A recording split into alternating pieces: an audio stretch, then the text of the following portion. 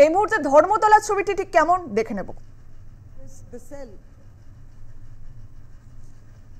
রবিবার ধর্মতলাতে যে সমস্ত মানুষজন আসছেন তাদের প্রায় বেশিরভাগেরই গন্তব্যস্থল একটাই, ব্রিগেড। কারণ রবিবার তৃণমূলের পক্ষ থেকে ব্রিগেড সমাবেশের ডাক দেওয়া হয়েছে। লোকসভা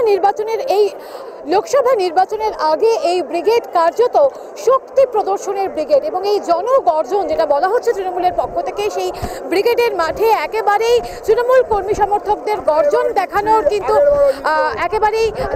জন্যই কিন্তু একেবারেই এই ব্রিগেড, এবং 100 দিনের কাজ সহ কেন্দ্রীয় বিভিন্ন প্রকল্পের ক্ষেত্রে যে দুর্নীতির অভিযোগ বারবার করে আসা হয়েছে তৃণমূল কংগ্রেসের পক্ষ থেকে, সেই অভিযোগের কথা বলতে, এবং অবশ্যই লোকসভা নির্বাচনের আগে গোটা রাজ্যে নিজেদের শক্তি প্রদর্শনের জন্য কিন্তু এই ব্রিগেড, এমনটা বলাই যায়। এই ব্রিগেডে একাধিক চমক রয়েছে, সেটাও কিন্তু ইতিমধ্যে স্পষ্ট হয়ে গিয়েছে। কারণ ব্রিগেডের মঞ্চ থেকেই আসন্ন লোকসভা নির্বাচনের জন্য মোট রাজ্যের 42টি আসনের মধ্যে 42টি আসনেই প্রার্থী তালিকা ঘোষণা করতে পারে তৃণমূল কংগ্রেস। এবং একদিকে যেরকম শিয়ালদহ স্টেশন থেকে একেবারে কাতারে কাতারে মানুষজন ব্রিগেডের উদ্দেশ্যে রওনা হচ্ছেন, সেই ছবিটাই ধরা পড়ছে ধর্মতলাতেও কিন্তু বিভিন্ন দিক থেকে মানুষজন একেবারে কার্যত মিছিল করে আসছেন। এবং স্বাভাবিকভাবেই যারা নিত্যযাত্রী রয়েছেন তাদের কিন্তু একটা অসুবিধা হচ্ছে, কারণ বিভিন্ন রাস্তায় যান নিয়ন্ত্রণ করা হয়েছে। সেই জায়গায় দাঁড়িয়ে যারা প্রত্যেক দিন এই জায়গায় যাতায়াত করেন তাদের কিছুটা